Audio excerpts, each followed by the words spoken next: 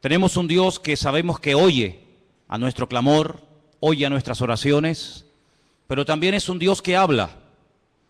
Imagínense ustedes lo que sería estar toda una vida, desde el día que le conocimos hasta el día que el Señor nos lleva a su presencia, hablando con Él, pidiéndole cosas, abriéndole nuestro corazón, pidiéndole por nuestro trabajo, por nuestros hijos, por nuestra familia, en fin, por lo que sea, y que el Señor nunca en todos los días, en todos los años sirviéndole, todos los años de haberle conocido, que nunca nos dijera ni media palabra. Imagínense lo que sería estar casado con un hombre o con una mujer, que tú le cuentas tus problemas, tus necesidades, cómo te ha ido el día, si has peleado con el jefe de la empresa, si has tenido un problema con el niño, si el niño se cayó, si sacó buenas notas, si aprobó, si estás enfermo o enferma, y que tu cónyuge en todos los años de tu matrimonio, 10, 15, 20, 30 o lo que sea, nunca te dijera absolutamente nada, ni bueno ni malo. Sería una situación tremendamente triste, ¿sí o no? ¿Sí o no? Si quieren, pruébenlo. Estén en los próximos años sin hablarse el uno al otro para que veáis. ¿Sabes que había hace siglos una forma de matar a una persona en las tribus? Matarlo lentamente, torturarlo. Y era practicar lo que se llamaba el ostracismo. Era no hablarle, no dirigirle la palabra, no saludarlo, ni siquiera mirarlo a la cara. Terminaban muriendo de pena y arrojándose por barrancos, quitándose la vida, al ver que nadie, aunque estuviera rodeado de personas, nadie te dirigía la palabra. Damos gracias al Señor de que nuestro Dios no es así. Nuestro Dios no es sordo, pero nuestro Dios tampoco es mudo. Él habla. Y hay muchos textos a lo largo de la palabra de Dios donde vemos que Dios habla individualmente, colectivamente, durante el día, durante la noche, en momentos de urgencia, en la cárcel, en fin, en muchísimas situaciones, momentos y lugares de la vida. No siempre habla igual. No siempre el que tiene que oír la voz de Dios la oye. La Biblia nos enseña que hay momentos en los que la ceguera, la dureza de corazón, la actitud del hombre es tan mala que aunque el Señor le esté hablando no se entera. Y es tremendamente triste ver que a veces Dios le habla a la gente, le está mostrando el camino, le está indicando que por ahí no va bien, o por aquí va bien, o esto hay que hacerlo, o aquello no hay que hacerlo, y él ni se inmuta, ni se entera. Es como si el mensaje le pasara por encima de su cabeza. Vamos a ver en esta tarde diferentes formas como Dios nos puede hablar a nosotros, sí, hermanos, en pleno siglo XXI. Hoy en día nuestro Dios también habla. Hechos capítulo 8. Hemos leído, nuestro hermano Marco nos leía que había comenzado la persecución en Jerusalén. Todo iba muy bonito, todo iba muy bien, pero la persecución comenzó. Los creyentes tuvieron que salir despavoridos, huyendo a diferentes lugares. Y la Biblia nos cuenta en el capítulo 8 del libro de los Hechos la historia de uno de los diáconos de la iglesia primitiva. Eran varios, no nos cuenta la historia de todos, pero sí nos da detalles acerca de uno, personalmente, de Felipe. Dice la Biblia que este hombre llegó a tener 4 hijas, después lo vamos a ver, hijas que tenían el don de la profecía. Un hombre que tenía un don también que era el de la hospitalidad, daba hospedaje a personas que servían al Señor. Pero este fue una de las personas que salió huyendo y se fue en dirección a Samaria, donde no había llegado el Evangelio. Recuerden que estaban todos en Jerusalén desde el día de Pentecostés, o mejor dicho, desde el día de la Ascensión. Llegó el día de Pentecostés, pasaron unos cuantos días, semanas, tal vez meses, y allí seguían en Jerusalén. La iglesia crecía y crecía, pero no se expandía. Crecía solamente en un lugar, y la voluntad del Señor era que fueran por todo el mundo, por todas las naciones de la tierra, por los 5 continentes predicando el Evangelio, pero ellos no iban a ir.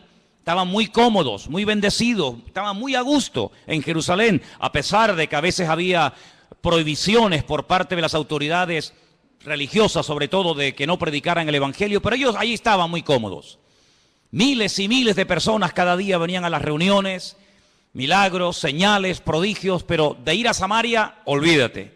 De salir de Israel, olvídate. El Señor tiene que permitir una persecución, y en esa persecución dice que Felipe se va a Samaria, allí predica, las multitudes reciben el evangelio. Recuerden que el Señor Jesucristo había estado en Samaria, allí le había hablado a la mujer samaritana, ¿os acordáis? Dice la Biblia que los samaritanos le pidieron que se quedara allí con ellos, es decir, que era gente muy receptiva. Pero los discípulos no tenían ninguna intención de llevar el evangelio a Samaria, por muchos motivos. Pero estando en Samaria, en el versículo 26, capítulo 8 de Hechos, dice que un ángel le habló a Felipe. Fijaros el sistema que el Señor utiliza para hablarle a Felipe estando en Samaria. Un ángel. El Nuevo Testamento está lleno de ángeles que van y vienen llevando mensajes a personas. Y dice que un ángel le habló a Felipe y le da una orden concreta, muy clara de entender, y es la siguiente: levántate, ve hacia el sur.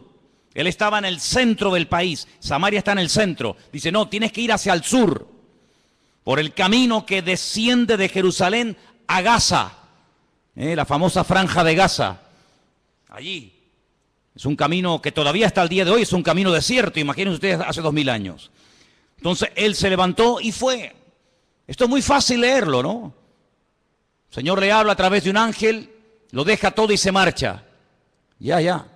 Parece muy fácil, pero yo veo gente que llevan aquí años oyendo la voz de Dios, de alguna manera, no digo a través de un ángel, pero a través de predicaciones, a través de consejos, o a través de un libro cristiano, como sea, y todavía no han hecho caso. Sin embargo, Felipe no cuestiona, dice, pero ¿cómo me voy a ir yo a Samaria? ¿Y quién se queda al cargo de la obra?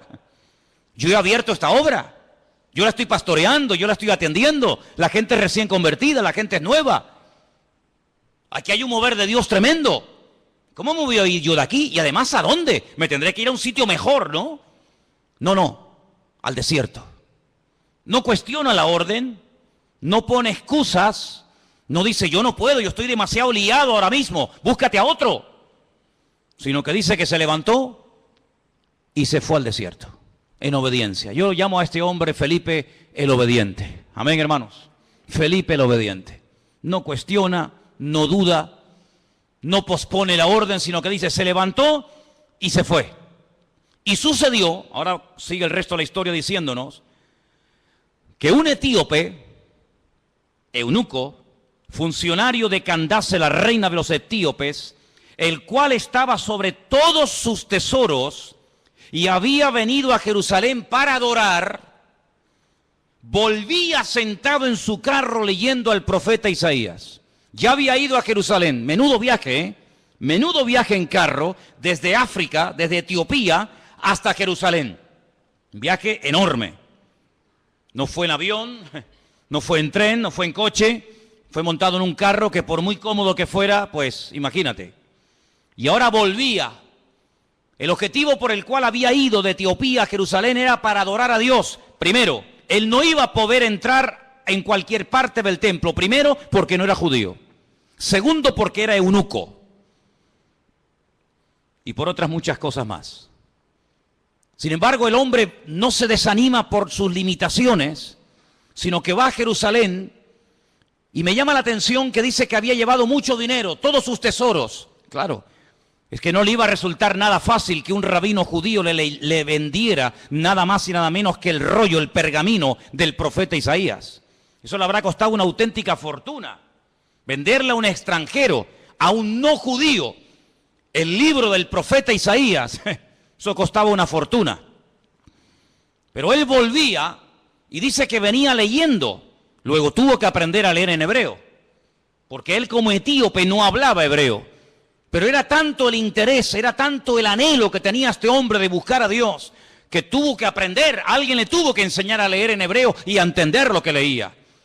Y no contento con haber ido a adorar al templo a Jerusalén, volvía aprovechando el tiempo, sentado en su carro leyendo al profeta Isaías. Y yo le doy de verdad infinitas gracias al Señor, porque el Señor le mostró, el Señor le inspiró a Lucas, que es el que escribe este relato, y nos cuenta qué trozo del libro de Isaías venía leyendo. Nada más y nada menos que una parte del famoso capítulo 53 del libro de Isaías, que se titula Sufrimientos del siervo del Señor. Y el pasaje que leía era este, versículo 32. Como oveja a la muerte fue llevado, como cordero mudo delante del que lo trasquila, así no abrió su boca. En su humillación no se le hizo justicia. Mas su generación, ¿quién la contará? Porque fue quitada de la tierra su vida. Si yo pregunto en esta tarde, y por favor respondan, ¿de quién está hablando aquí el profeta Isaías? Del Señor Jesucristo. Todos los creyentes, por poco tiempo que lleven, al leer este texto, como cordero mudo fue llevado al matadero. En su humillación no se le hizo justicia. Su generación, ¿quién la contará? Automáticamente tú dices, está hablando de Cristo. Sin embargo, él no lo sabía. ¿Te das cuenta? ¿Te das cuenta cómo a veces tu conocimiento, por poco que sea, puede ser muchísimo en comparación con mucha gente que no sabe absolutamente nada de nada? Un pasaje tan claro, tan fácil, tan sencillo de entender. Este pobre hombre no sabía de quién estaba hablando. Y entonces fijaros en el verso 29, ahora no es otro ángel el que tiene que acercarse a Felipe, sino que ahora dice, el Espíritu le dice a Felipe, acércate y júntate a ese carro. Tal vez una voz interior, el Espíritu le habla claramente, el hombre se acerca, presta atención y mira cómo sabía Felipe que venía leyendo al profeta Isaías. Claro, hoy en día es muy fácil tener toda la Biblia debajo del brazo, toda la Torá, todos los profetas, todos los salmos, los evangelios, los libros proféticos, los libros poéticos. Es una maravilla, ¿sí o no? Es una maravilla poder llevar la Biblia, hermanos, y saber toda la historia, lo que Dios hizo en el Antiguo Testamento, lo que hizo en el Nuevo, lo que hará en el futuro, etcétera, etcétera. Conocer todos los detalles de la primera, de la segunda venida de Cristo, el descenso del Espíritu Santo, el arrebatamiento de la iglesia, la manifestación del anticristo. Es una maravilla tener todo en nuestras manos, pero ellos no tenían acceso a las Escrituras en aquellos tiempos. Tenían que aprendérselas de memoria. Y mira cómo Felipe nos dice, ¿de quién estará leyendo? ¿Qué?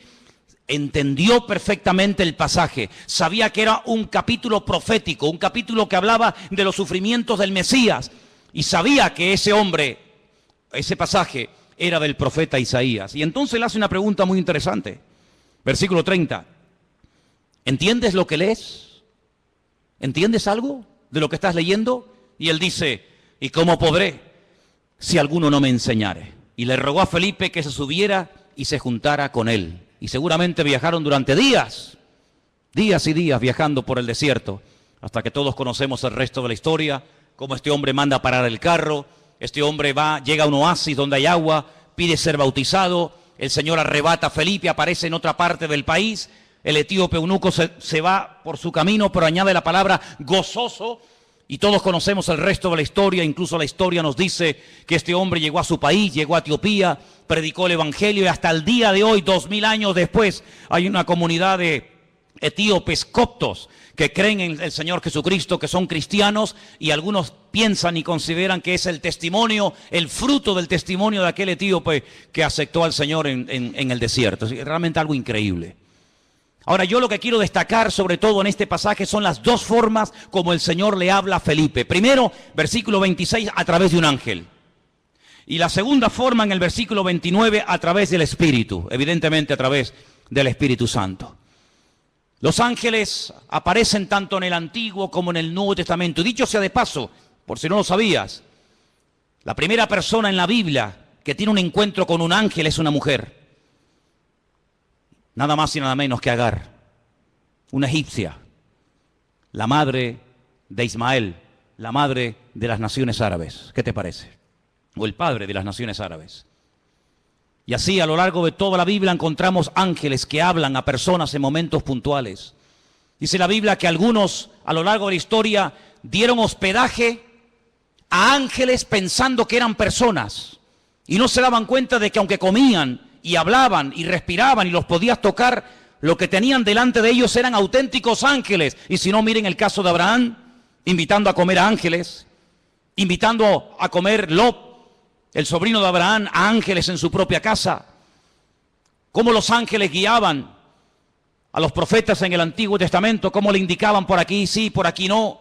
Cómo un ángel le habló a María, cómo un ángel le habló a Daniel, cómo un ángel llegó a una cárcel y abrió la celda y sacó a Pedro de la cárcel. Y toda la Biblia está llena de manifestaciones de ángeles. Y dice la Biblia que son espíritus ministradores que están al servicio de los que han heredado la salvación, es decir, a nosotros. ¿Cuántos dicen amén? Y lo más grandioso de todo esto que dice que el ángel del Señor, el mensajero del Señor, acampa alrededor de los que le temen y los defiende. Bendito sea Dios. Pero también habla el Espíritu. Y hay 7 versículos en el Nuevo Testamento que son iguales, 7 versículos idénticos. El que tiene oídos para oír, oiga lo que el Espíritu dice a la iglesia. Están en las famosas cartas de Juan a las iglesias del Apocalipsis, ¿verdad? Allí al final de la Biblia. Si vamos a otro pasaje del Nuevo Testamento, en el capítulo 13, versículo 2, vemos que el Espíritu Santo no solamente habla a nivel personal a una persona, como el caso de Felipe, sino que también en un momento determinado, en un culto donde hay mucha gente, el Espíritu Santo puede hablar e incluso dar nombres propios, nombres de personas. Sí, ya sé que esto es muy delicado, no se puede así por la vida, ¿verdad? Inventando cosas, pero el Espíritu, fíjense cómo se mueve aquí en el libro de los Hechos de una forma tremenda. Hechos capítulo 13, verso 1. Dice que había en la iglesia de Antioquía, en esa iglesia había profetas y maestros. Qué bonito, ¿no? Profetas y maestros. Y el nombre de estos profetas o maestros eran, pues uno era Bernabé, otro se llamaba Simón, otro era Lucio, otro era Manaén y otro era Saulo. Dice, ministrando estos al Señor y ayunando, dijo el Espíritu Santo, así claro, directo, contundente, apartadme a Bernabé y a Saulo para la obra a que los he llamado. Entonces, habiendo ayunado y orado, les impusieron las manos y los despidieron. Y ellos entonces, enviados por el Espíritu Santo, descendieron a Seleucía y de allí navegaron a Chipre. Sí, el primer viaje misionero de la historia. Primera pareja, primer grupo de personas, en este caso 2, Bernabé y Pablo, llamados específicamente en un culto público para la obra misionera, fue porque el Espíritu Santo habló a la iglesia. Y necesitamos como nunca antes que el Espíritu Santo hable a nuestras vidas y hable en nuestras congregaciones. ¿Cuántos dicen amén? 2 formas como Dios puede hablarnos y revelarnos su palabra a través de un ángel, pero cuidado. Porque el apóstol Pablo, profundizando más en el tema, dice, si un ángel del cielo se os presenta y os predica otro evangelio, diferente al que habéis recibido, al que habéis oído, tenerlo por anatema, tenerlo por maldito. Porque no hay otro evangelio más que el que yo os he predicado. ¿Cuántos dicen amén? La Biblia nos enseña que en el mundo angelical se produjo una vez una auténtica rebelión.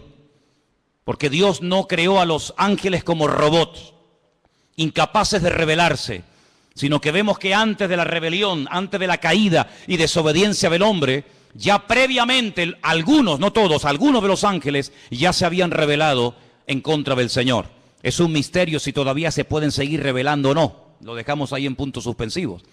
Pero Dios los creó con la capacidad de rebelarse en contra del mismísimo Creador y en algunos casos lo hicieron.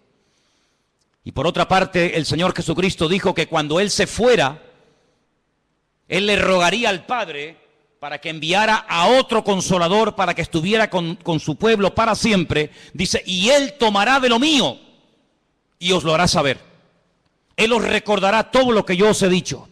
Él os enseñará lo que ha de venir. Por lo tanto, la iglesia tiene que afinar los oídos para oír la voz del Espíritu Santo hablando a su corazón. ¿Cuántos dicen amén? Pero hay otras formas como Dios puede revelarnos su voluntad. Capítulo 9 de Hechos, un poquito más adelante. Capítulo 9 nos relata la conversión de Pablo. Es el único personaje que en 3 ocasiones diferentes en el mismo libro nos cuenta su testimonio. Capítulo 9, capítulo 22 y capítulo 26. Interesantísimo, ¿eh? Qué conversión tan espectacular tuvo que ser la de este hombre. Qué impacto tan grande produjo la conversión de Saulo, que no se cuenta una vez ni dos, sino tres. 3 ocasiones contando su testimonio en 3 lugares y circunstancias diferentes. En el capítulo 9, cuando el apóstol Pablo está recién, por así decirlo, impactado por el Señor, el versículo 10 dice: había entonces en Damasco un discípulo llamado Ananías, a quien el Señor le dijo en visión. Otra forma, el Señor le dijo en visión. No es algo que se inventó. No es algo que él dice, me parece que no. El Señor le habló claramente a través de una visión y le menciona por nombre. Le dice Ananías. Luego la visión no es para Juan, no es para Pedro, no es para Tomás, es para ti, para Ananías. Y él dice: heme aquí, Señor. Y el Señor le dijo: levántate y ve a la calle que se llama Derecha. Busca en casa de Judas a uno llamado Saulo de Tarso, porque él está allí orando. Sí, las instrucciones que le da el Señor son tremendas. No hay género de duda. No puede ir a cualquier parte. Es a la calle llamada Derecha, a una casa cuyo dueño se llama Judas. Y tiene que orar por un hombre que se llama Saulo, que además ha nacido en una región, en una colonia romana que se llama Tarso, y que está allí orando. Madre mía, como para equivocarte, hijo. Ha visto en visión a un varón llamado Ananías, que entra y le pone la mano encima para que recobre la vista. Ya Pablo sabía que el que iba a orar por él, el que le iba a ministrar, se llamaba Ananías. Es interesante esto, ¿eh? Podríamos hablar mucho acerca de cómo incluso el que va a recibir oración ya sabe quién va a ir a orar, a imponerle las manos para que recobre la vista. Así que fue una visión lo que el Señor le permite tener a Ananías.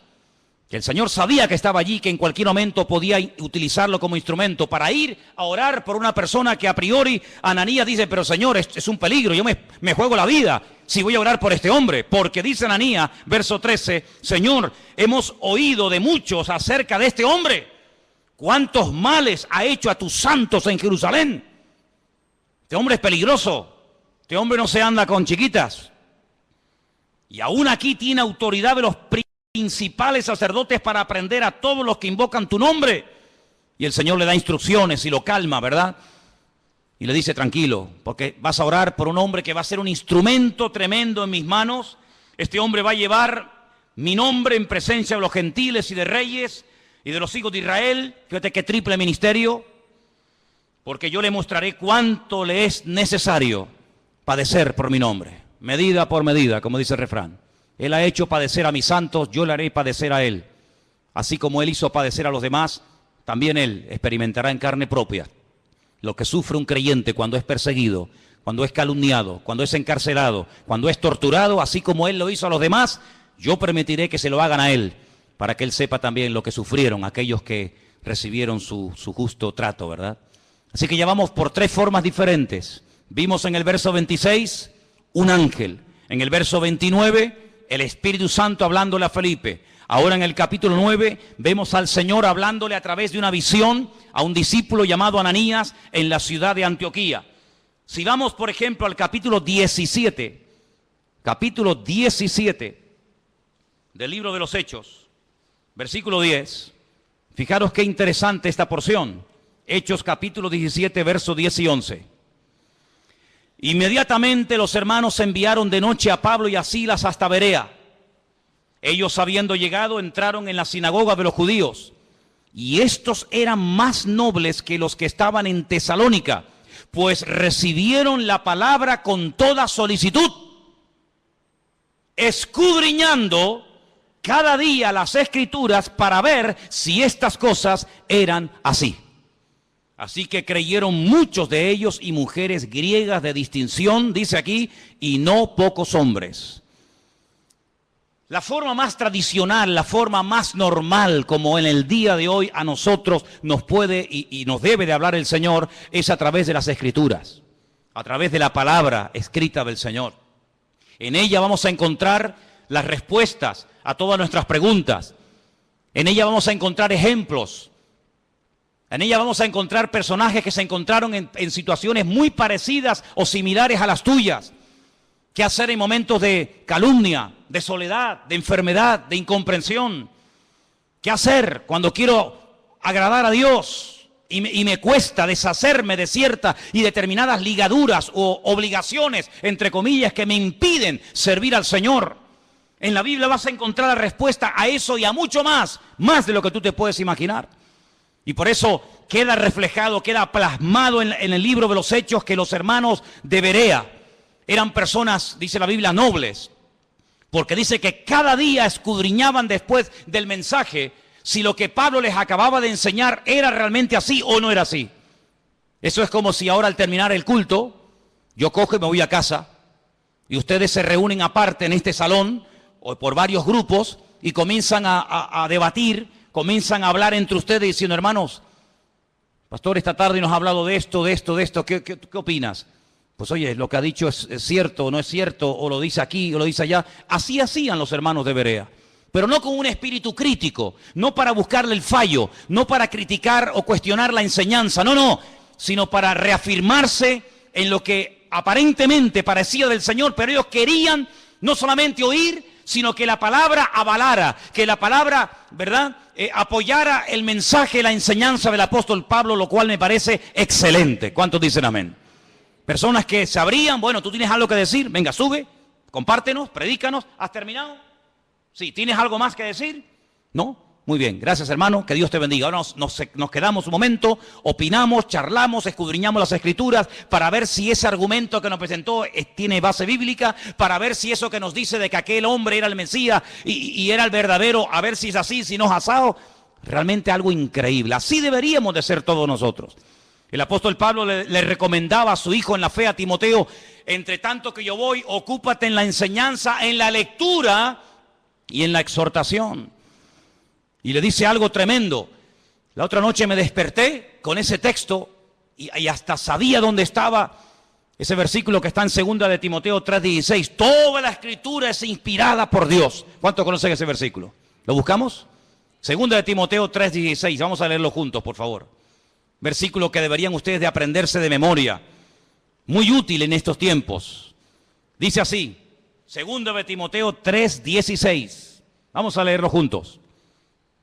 Toda la Escritura es inspirada por Dios, útil para enseñar, para redarguir, para corregir, para instruir en justicia, a fin de que el hombre de Dios sea perfecto, enteramente preparado para toda buena obra. Así que cuando usted busca ser instruido, ser enseñado, ser amonestado, ser confrontado, vaya a la palabra y la palabra le va a hablar. Si usted tiene una buena actitud, si usted verdaderamente quiere aprender, si usted verdaderamente quiere corregir cualquier error doctrinal, cualquier mala costumbre de su vida, vaya y a la luz, al espejo de la palabra de Dios, el Señor le va a hablar, porque la palabra dice que es útil y ayuda al que está empezando, ayuda al que lleva mucho tiempo, ayuda al que está pensando dar un paso de fe, ayuda al que está un poco decaído y no sabe qué hacer, ayuda al nuevo, al viejo, nos ayuda a todos. La palabra de Dios es tremendamente útil. ¿Cuántos dicen amén? Y hay que escudriñarla. Jesús dijo, escudriñad, meteros en la palabra, estudiar la palabra, porque ellas son las que dan testimonio de mí. Me llama mucho la atención que cuando el Señor Jesucristo resucitó, en una de las apariciones, va caminando por un camino llamado el famoso camino de Emaús, y se acerca a dos personas que van desanimadas, van desilusionadas, porque ellos tenían una expectativa, ellos tenían la confianza de que el Señor Jesucristo era el verdadero Mesías, y como no se han cumplido aparentemente sus expectativas, van tristes, cabizbajos, van caminando, debatiendo entre ellos, y de repente se aparece el Señor y se une a la conversación. Permítame leerles en Lucas 24, a partir del versículo 21. Presten atención porque de verdad que es una porción tan interesante, tan edificante. ¿Qué hizo el Señor para levantar el ánimo? ¿Qué hizo el Señor para quitar la tristeza, la desilusión de los corazones de estos dos hombres sinceros que esperaban algo que aparentemente no se cumplió? Veamos. Lucas 24, versículo 21. Nosotros esperábamos que Él era el que había de redimir a Israel. Fíjate qué ilusionados estaban. Por fin ha llegado el Redentor, el Mesías. Esperábamos la redención de Israel. Y ahora, además de todo esto, hoy es ya el tercer día que esto ha acontecido. Parece como que por un momento les pasa por la mente el hecho de que él había dicho que al tercer día resucitaría. Así que ya van 3 días, no lo hemos visto resucitado. No se cumplió la expectativa que teníamos en él de que redimiría a Israel de la opresión del yugo romano. Volvería a ser instaurada la monarquía. Un descendiente de la casa del rey David nos traería la libertad. Por lo tanto, todas nuestras ilusiones y nuestros sueños se han venido abajo, se han roto.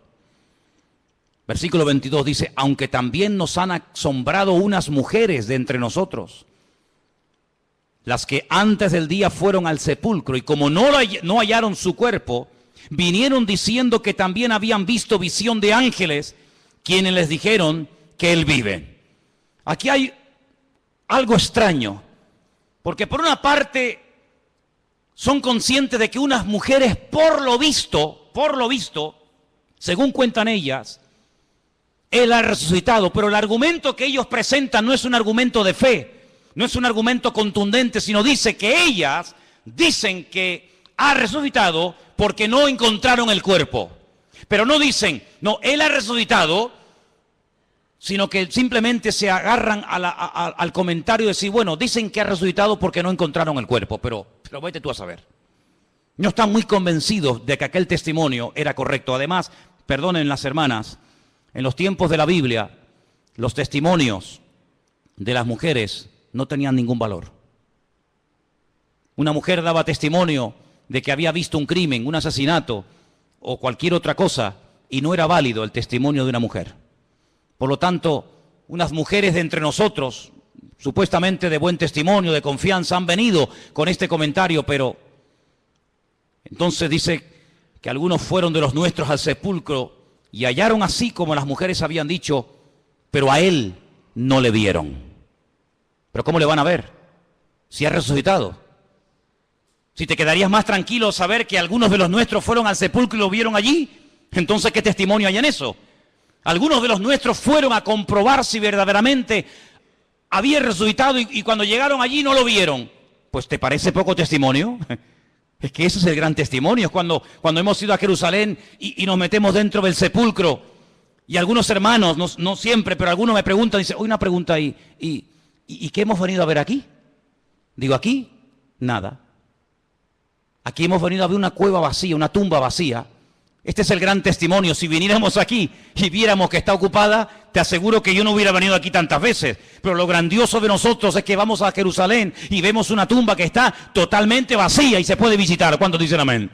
Si estuviera ocupada, pues menuda ruina. Vana sería nuestra fe, dice la Biblia. Ahora escucha bien esto. Esto es tremendo. Entonces él les dijo, ahora habla el Señor, hasta ahora han hablado ellos, ahora va a hablar el Señor y les dice, oh insensatos y tardos de corazón para creer todo lo que los profetas han dicho. Tardos de corazón, ¿por qué os cuesta tanto creer? Eso significa tardos de corazón. ¿Por qué tardáis tanto en creer? Una pregunta, ¿hay alguno entre nosotros que sea tardo de corazón? ¿Alguien que le cueste creer? Has oído el testimonio de fulanito, has visto la vida cambiada de no sé quién, has oído el milagro de tal, has escuchado al pastor predicar, has escuchado el otro día a otro chico predicando, has ido a una iglesia por aquí, has ido a una iglesia por allá. Bueno, todavía no estás convencido. Eso se llama ser tardo de corazón. No tenemos que ser tardos de corazón, tenemos que estar abiertos a creer lo que hay que creer y a rechazar lo que no hay que creer, hermano. ¿Cuántos dicen amén? Hay gente que lee el periódico y todo lo que leen se lo creen. Tienen una fe impresionante en el periódico. O ven un programa de televisión y se creen todo lo que los que han estado en esa tertulia acaban de decir. Pero después cuando leen la Biblia, la dudan y la cuestionan. O sea, en el periódico no hay que tener fe. Donde hay que tener fe es en la palabra de Dios. ¿Cuántos dicen amén? No, es que el periodista el otro día dijo que no sé qué. Pero bueno, ¿el periodista quién es? ¿Es algún profeta? Me dice, tardos de corazón. ¿No era necesario que el Cristo padeciese estas cosas y que entrara en su gloria? ¿Es que acaso ha ocurrido algo por casualidad? ¿Es que se le ha ido de las manos el control al Eterno? ¿No era necesario que ocurriera todo esto? Su muerte, su crucifixión, su rechazo, su resurrección. ¿Era necesario todo esto? Todo ha salido perfecto. Todo ha salido perfecto. Es que Pilato podía haberle librado de la muerte, pero gloria a Dios que no lo libró, aunque suene fuerte, ¿sí o no? Gloria a Dios que no dijo, pues no, yo aquí mando, yo soy el gobernador, y os vais todos para casa. Yo a este hombre lo encuentro inocente y lo perdono. Venga, Jesús, vete para casa. Menuda ruina. Yo doy gloria a Dios que Pilato, a pesar de que sabía que era un hombre justo e inocente, lo mandó a crucificar. ¿Tú no? Yo me alegro muchísimo de que nada ni nadie pudo librar de la muerte al Señor. Nada ni nadie. Yo lo doy gracias al Señor de que aguantó la tentación de no bajarse de la cruz cuando le decían, si eres el Hijo de Dios, bájate y demuéstralo. Él podía haber dicho, pues mira, te lo voy a demostrar, hombre. Ya me tenéis hasta las narices. Pero yo doy gracias al Señor de que no se bajó. Yo doy gracias al Señor que se murió y que murió como tenía que morir. Y también doy gracias al Señor porque todas las profecías que estaban escritas acerca de Él se cumplieron perfectamente. Y por eso Él les dice, todo esto era necesario. Y comenzando desde Moisés, desde la Torá, el Pentateuco, siguiendo por todos los profetas, Isaías, Jeremías, Habacuc, Sofonías, Abdías, Malaquías, etcétera, etcétera, etcétera, les declaraba en todas las escrituras lo que de él decían. Aquí menciona a Moisés, la Torá, menciona a los profetas y menciona las escrituras. Y con esas tres palabras en hebreo forman la palabra Tanaj. Así se llama el Antiguo Testamento en hebreo, Tanaj, que es la unión de la Torá, de los Neviín y de los Ketubín, de los profetas, de los escritos y de la ley de Moisés, la Torá.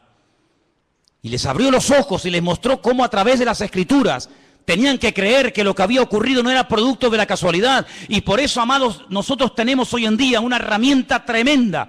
Podemos estar seguros de que Jesús no fue un impostor. Podemos estar plenamente convencidos de que el Nuevo Testamento no es una historia inventada, de que Jesús no es un mito, un personaje histórico, pero que a la hora de la verdad no existió. Nosotros podemos tener la completa seguridad de que la palabra que tenemos en nuestra mano no ha sido ni tergiversada, no se la ha quitado, no se la ha añadido, es una palabra perfecta. Y el cielo y la tierra podrán pasar, pero su palabra permanecerá por toda la eternidad. La palabra de Dios es la fuente de nuestra fe, es la base, el fundamento de nuestra creencia. Las profecías se cumplieron todas, no faltó ni una por cumplirse. Y no eran producto de la casualidad, sino que todo estaba bajo el control del Señor. Y hoy en día les digo, hermano, que ese Dios que controló la primera venida de Cristo, tiene todo bajo su control y todo lo que está ocurriendo porque Dios así lo está permitiendo. ¿Cuántos dicen amén? Porque ni una hoja de un árbol se cae sin permiso del Señor. Y cuando el Señor esté a punto de venir, y cuando tenga que manifestarse el anticristo, y cuando vengan los dos testigos, y cuando venga la señal de la bestia, y todo eso que hemos estudiado durante años, todo ocurrirá como tiene que ocurrir, porque la palabra de Dios es viva, es eficaz, y es verdadera, y es perfecta, y no se equivoca, y tenemos en nuestra mano el mejor regalo del mundo, la salvación y la palabra del Señor. ¿Cuántos dicen amén? Gloria a Dios por la palabra de Dios. Gloria a Dios, hermanos. Pues léanla, estúdienla, escudriñenla. Si alguien busca voluntad de Dios, métete en la Biblia, métete en la palabra, levántate temprano, acuéstate más tarde si quieres. Y comienza a leer y a buscar por aquí y a buscar por allá, y seguro que el Señor te hablará tu vida. Porque el Señor siempre habla a través de su palabra. Fíjate qué poder tan grande tiene la palabra de Dios, que hasta Cristo la usó para atacar al diablo cuando era tentado en el desierto de Judea. Podía haber usado cualquier otro argumento, ¿sí o no? Pero sin embargo, ¿qué hizo? Usar la palabra. Escrito está. Escrito está. Escrito está. Y con esas palabras desmanteló las tentaciones del diablo y pudo tener un ministerio eficaz, un ministerio victorioso, porque la palabra de Dios le da efectividad a nuestra vida. Bendito sea Dios. Así que hemos visto cómo los ángeles pueden ser en un momento determinado usados por el Señor para hablarnos. Vemos cómo también el Espíritu Santo puede hablar claramente en la iglesia o a nivel personal. Vemos cómo a través de una visión, a través de la palabra. Capítulo 21 del libro de los Hechos, hay algo muy interesante que aquí se menciona y aparece un personaje poco conocido,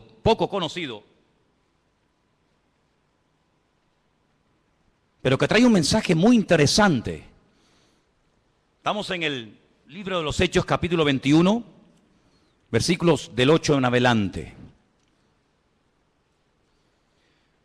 La intención de Pablo es ir a Jerusalén. Él está de visita en la casa de Felipe. Volvemos otra vez a mencionar a Felipe, aquel que le testificó al etíope eunuco en el desierto, ¿os acordáis? Ahora está viviendo en Cesarea. Se menciona no el nombre de su esposa, pero sí nos dice la Biblia que tenía 4 hijas que eran profetisas, eran doncellas. Vamos a leer. Hechos capítulo 21, verso 8. Al otro día, saliendo Pablo y los que con él estábamos, fuimos a Cesarea. Y entrando en casa de Felipe, el evangelista, ya no es el diácono, ahora ya tiene un título, ahora ya se le reconoce que tiene un ministerio, y es el de evangelista. Dice que era uno de los 7, posamos con él. Este tenía 4 hijas doncellas que profetizaban. Qué bonito, ¿no? 4 hijas doncellas que profetizaban. Pero a Pablo no le dijeron nada. Es interesante, ¿eh? 4 hijas doncellas que profetizaban, pero a Pablo no le comunicaron absolutamente nada. Tiene que venir un varón, versículo 10, permaneciendo nosotros allí algunos días, descendió de Judea un profeta llamado Agabo. No hay ningún libro en la Biblia, libro del profeta Agabo, pero era un profeta, eso lo dice la Biblia. Y dice que vino a vernos, tomó el cinturón, el cinto de Pablo, se ató los pies y las manos y dijo, esto dice el Espíritu Santo.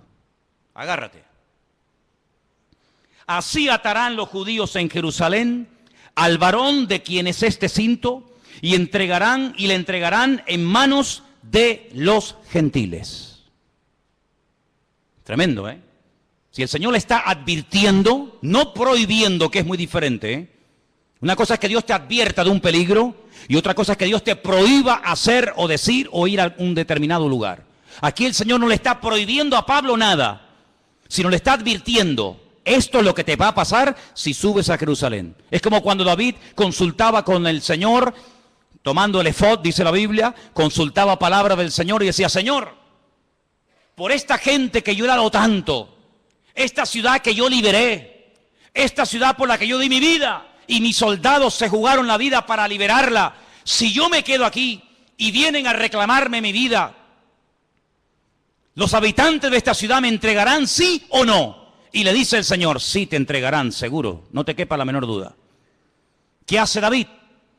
Sabiendo que si se queda en la ciudad le van a entregar, David coge y se marcha. Tenía las 2 opciones, era algo futurible, algo que podía ocurrir. Depende de la actitud del que recibiera el mensaje. Si te quedas te entregan, si te vas no pasa nada.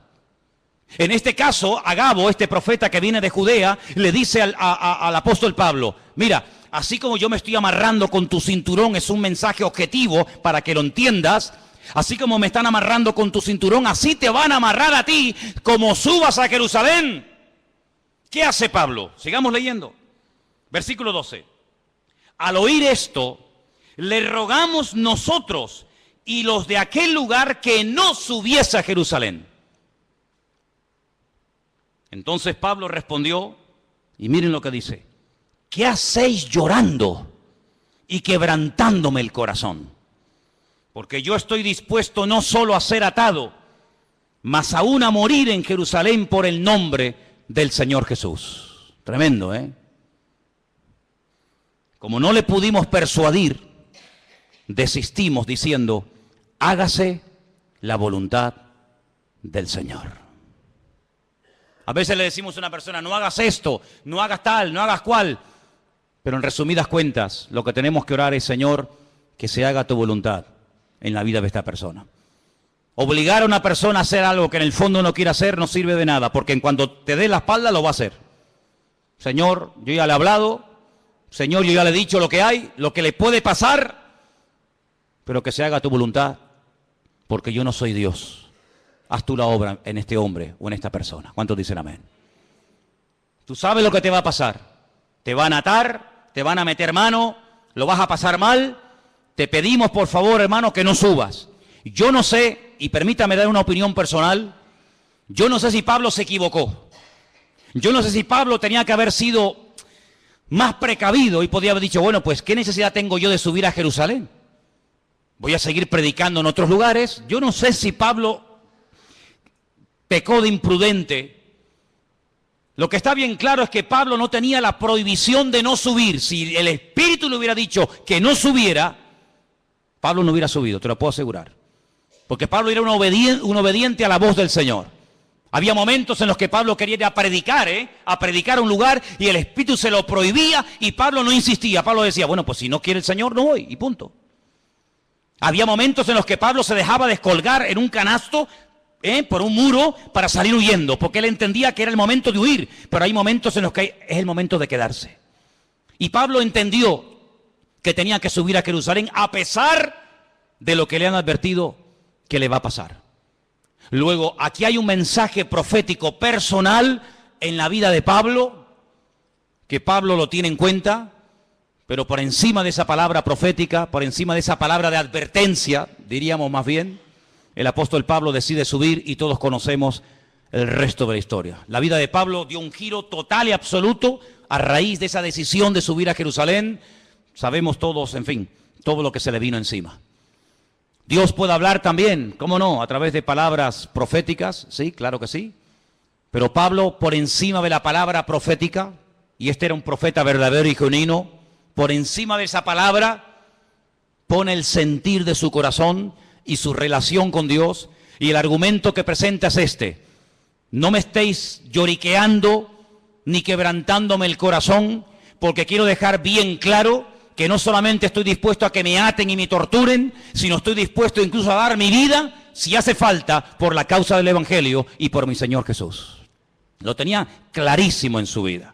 Así que hemos visto cómo los ángeles, el Espíritu Santo, a través de una visión, el Señor también con voz audible, como no, a través de profecías, pero también hemos visto muchas veces en la palabra de Dios que Dios habla a través de sueños, ¿sí o no? Muchas veces. El caso de José, el caso del otro José, el del Nuevo Testamento, que dice la Biblia que el Señor le habló en un sueño, que tenía que aceptar a su mujer, que no la había engañado, que no le había mentido, ¿verdad? Hay momentos en la Biblia en los que Dios habla a través de sueños. La Biblia dice que una de las señales de los últimos tiempos es que los ancianos tendrán sueños y los jóvenes tendrán visiones. Lo dice el profeta Joel en el capítulo 2. Los jóvenes tendrán visiones y los ancianos soñarán sueños. Y si quieres saber si eres joven o anciano, pues mira a ver qué estás. O estás teniendo visiones o estás teniendo sueños. Y ahí ya sabes por dónde van los tiros, ¿no? Pero dicho sea de paso, lo más importante de todo esto es siempre lo que la palabra de Dios termina como conclusión diciéndonos. Podemos tener sueños, podemos tener visiones, podemos tener un sentir. Alguien nos pudo decir por ahí no sé qué cosa, pero no te olvides que el Señor hoy en día, como habla a su pueblo y a su iglesia, es a través de su santa y bendita palabra. ¿Cuántos dicen amén? Es a través de la palabra de Dios que sabemos lo que tenemos que hacer. Y quiero terminar leyendo en Hechos capítulo 1. Hechos capítulo 1. Para que veáis cómo hay un texto que en aquellos días de espera, desde la ascensión de Cristo hasta que llega el día de Pentecostés, ellos están estudiando la palabra, ellos están analizando las Escrituras y llegan a un texto que dice lo siguiente, Hechos capítulo 1, versículo 20. Hechos 1, versículo 20. Esta palabra que vamos a leer, ellos la leyeron del Salmo 69. Salmo 69 dice así: está escrito en el libro de los Salmos, sea hecha desierta su habitación y no haya quien more en ella. Tome otro su oficio y tome otro su oficio. Ellos interpretaron por este versículo del Salmo 69, repito, ellos interpretaron que había quedado un vacío cuando Judas, uno de los discípulos, se ahorcó y se quitó la vida. Ellos entendieron que según este salmo había que nombrar a otros. Ahora, cuidado, ellos recurren a la palabra, ellos saben que el Salmo 69 dice que, da a entender indirectamente que Judas se suicidaría, que Judas se quitaría de en medio, que otro tendría que ocupar su lugar, pero interpretan mal la palabra. Ellos hacen una votación, ellos dicen, bueno, fulanito o menganito. Dice que echaron suertes, la suerte cayó sobre un discípulo fiel que había estado con ellos desde el principio, llamado Matías. Ellos deciden que Matías sea el que ocupe el lugar de Judas, el que se ha ahorcado, pero nosotros sabemos por la historia bíblica que así no se mueve el Señor. Hemos visto cómo Dios habla por sueños, por visiones, por profecías, por la palabra, el Espíritu Santo, pero nunca a través de la suerte. Nunca a través de echar suertes. ¿Será fulano? ¿Será mengano? No. Ese sistema es un sistema humano, no es un sistema divino. Y aquí de lo que se trata no es de adaptar, no es de utilizar los sistemas humanos para saber la voluntad de Dios, sino de descubrir los sistemas de Dios para hablarle a los seres humanos. ¿Cuántos dicen amén? Sí, Dios suplirá todas vuestras necesidades. ¿Quién suplirá nuestras necesidades? Dios. ¿Qué dice Filipenses 4:19? ¿Alguien lo sabe de memoria? ¿Alguien sabe Filipenses 4:19 de memoria? Mi Dios, pues, suplirá todas vuestras necesidades conforme a su riqueza en gloria en Cristo Jesús. Mi Dios suplirá. ¿Quién suplirá las necesidades de un pastor? ¿Quién? ¿Quién suplirá las necesidades tuyas como oveja? ¿Quién suple las necesidades de la iglesia? Mi Dios. ¿Sí o no? Dígalo fuerte. Mi Dios suplirá mis necesidades. Pero vamos a comprar la lotería por si acaso. Vamos a ver. Usted ha dicho ahora mismo, literalmente, la promesa del Señor en Filipenses 4:19. ¿Para qué compra entonces la 11? ¿Para qué hace la quiniela? ¿Para qué juega los juegos de azar? Bueno, mi Dios, usted ha dicho que mi Dios suplirá mis necesidades, ¿sí o no? Pues si es mi Dios, que lo haga Dios. No le eche una mano a Dios. No dice la palabra que otro tomará su oficio, ¿sí? No dice la palabra que la casa de Judas quedaría desierta, que el hueco quedaría porque él mismo se quitó de en medio, ¿sí? Pues que Dios lo llene. Si Dios nos nombró a nosotros, ¿a ti quién te nombró, Juan? ¿A ti quién te llamó, Pedro? ¿A ti quién te llamó, Tomás? Y a ti, Juan, y a ti, Bartolomé, y a ti, Mateo. ¿Quién te llamó a ti? A mí me llamó el Señor. Dice que estuvo toda la noche orando, ¿sí o no? ¿Os acordáis? Toda la noche estuvo orando. Y al día siguiente dice, Juan, Andrés, Santiago, y él los llama. Bueno, pues si nos llamó a nosotros así, ¿por qué ahora nosotros queremos echarle una mano a Dios de llenar un vacío que Él permitió que se vaciara? Que lo llene el Señor, porque su palabra, para que se cumpla, el que tiene que actuar es Él y no yo. Entonces ustedes tienen que madurar y tienen que crecer para daros cuenta de que no puede haber incongruencias con la fe. No se pueden mezclar sistemas divinos con sistemas humanos. Dios habla por sueños. Amén. Gloria a Dios. Nadie cuestiona eso, hermano. Dios habla por ángeles. Amén. Dios habla por profecías. Dios habla por su palabra. El Espíritu Santo habla. Amén. ¿Te parecen pocas formas? ¿Te parecen pocos sistemas? Que falta alguno más, que te tienes que inventar un nuevo sistema para que Dios te hable. No te tienes que inventar nada, tienes que amoldarte a los sistemas bíblicos. ¿Estás buscando la voluntad de Dios? Gloria a Dios, me parece estupendo. Pero no es Tim Marín de Dos Pingües, Cucaramaca, Titirifue. No, no es eso. Señor, háblame. Y el Señor te puede hablar esta noche. El Señor te puede hablar en una profecía, a través de un mensaje, a través de un ángel. Claro, ¿cómo no te va a poder hablar el Señor si el Señor no ha cambiado? Pues si el Señor no ha cambiado y tú tienes la fe y la creencia de que Él no ha cambiado, que Él ni es sordo ni es mudo, amén, ni es sordo ni es mudo, Pues abre tu corazón a las formas que Dios ha escogido para revelarte su voluntad y no pongas tu sistema nuevo que no tiene nada que ver con el sistema de Dios. Cuando Dios quiso llamar a Abraham, ¿a quién llamó? ¿A quién llamó? A Abraham. Cuando el Señor quiso utilizar a David para que fuera el segundo rey de Israel, le dijo a Samuel, vete a la casa de Isaí, son 8 hermanos, ponga en una bolsa los 8 nombres y venga, vete sacando. No, este no es, este sí es. No, porque para ti es difícil saber entre 8 cuál es el verdadero, pero para mí no. Amén. ¿Cuál será? ¿Será este? ¿Será el otro? El Señor sabía cómo se iba a llamar el segundo rey de Israel, ¿sí o no? Pues vete y unge a David. Y a ese fue el que ungió el Señor. El Señor sabe dónde vives. El Señor sabe cómo te llamas. El Señor sabe qué número de zapato tienes. Tu DNI lo conoce el Señor, tu ADN, tu grupo sanguíneo. Lo conoce absolutamente todo. Dice que nuestro embrión nuestros ojos vieron al Señor. Por lo tanto, amados hermanos, no tengamos temor de que no vas a saber qué hacer en la vida. Porque el que busca halla, el que llama se le abrirá y el que pide recibe, dice la palabra. Lo que hay es que buscarle de corazón, lo que hay es que buscarle de verdad. Pero ahora te digo lo siguiente, si tú lo buscas de verdad, si tú le pides, Señor, háblame, si tú le pides, Señor, guíame, si tú le pides, Señor, úsame, si tú le dices, Señor, cuenta conmigo, cuidado porque Dios te va a tomar la palabra. Y cuando Dios te hable, ya no tienes excusa. Cuando Dios te diga, sí, úsame, pues venga, ahora la obra. Ay, pero espera, no. Tú me dijiste que te usara y yo te quiero usar y tú me estás poniendo pegas. Ahora no, mañana y espérate que no sé qué y espérate que no sé cuánto. No hagas un plan paralelo. Tú tienes que adaptarte al plan y al diseño y al propósito de Dios para tu vida y no tener tú un plan paralelo y de vez en cuando te metes en el plan de Dios y de vez en cuando quieras que Él se meta en el tuyo. No, hay solamente una línea y es la línea que Dios te marca, no la que tú te estás inventando a tu manera. El Señor dice, encomienda al Señor tu camino. Confía en Él y Él hará. Eso es lo que dice la Biblia. No hay otra forma, no hay otra manera, no hay ningún atajo, sino que siempre hay el mismo precio a pagar.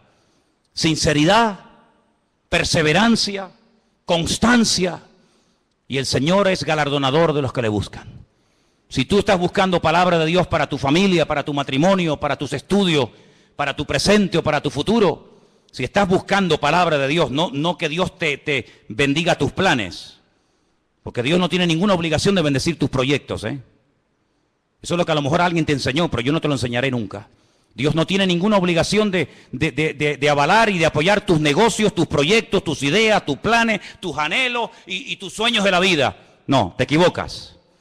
Dios bendice lo que es de Él, lo que Él manda que se haga, lo que Él manda que se ejecute. Eso es lo que Él bendice y prospera y respalda y sostiene. Lo demás no tiene nada que ver con sus sueños. Cierra tus ojos en esta tarde, allí donde estás. Yo te he enseñado. Dios habla a través de ángeles. Dios habla a través de su Espíritu Santo. Dios habla a través de visiones. El Señor habla con voz audible, personalmente, a través de su bendita palabra, a través de palabra profética, a través de sueños. Mira, 1, 2, 3, 4, 5, 6, 7 formas diferentes. 7 formas diferentes. Qué curioso, Toda la música que existe, toda la ópera, toda la música que existe, cualquier estilo que sea, está basado en 7 notas. Con 7 notas principales, de ahí se ha hecho toda la música. Con las poquitas letras de nuestro abecedario, de nuestro alfabeto, se ha escrito todos los libros y toda la poesía y toda la literatura que está escrita en nuestro idioma.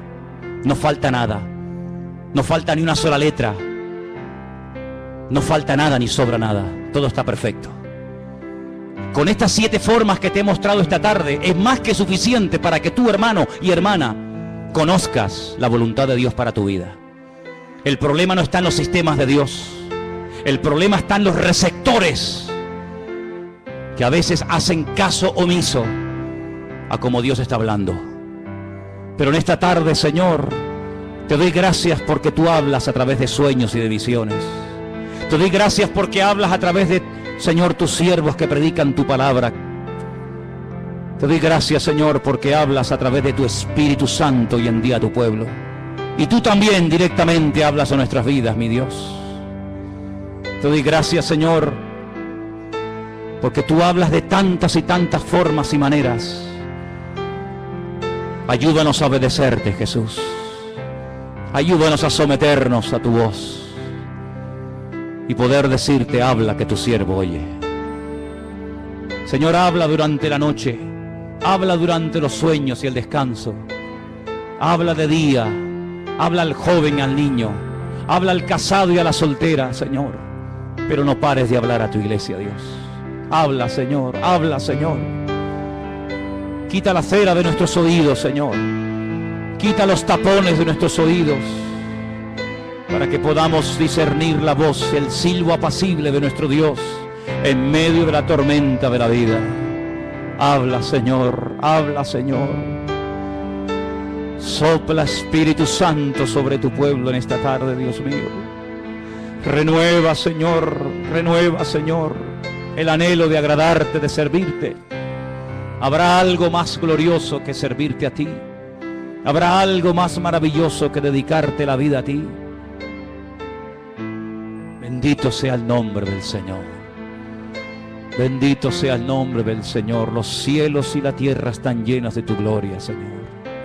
Alabado sea, Señor. Si estás buscando la voluntad de Dios para tu vida, si estás buscando servir al Señor de alguna manera, abre tu corazón. El más interesado en que le oigas es Él. El más interesado en que hagas su voluntad es Él.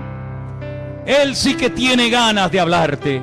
Él sí que tiene ganas de revelarse a su vida. Él sí que tiene ganas de guiarte y de pastorearte. Él sí que tiene ganas. Él no está sordo ni mudo.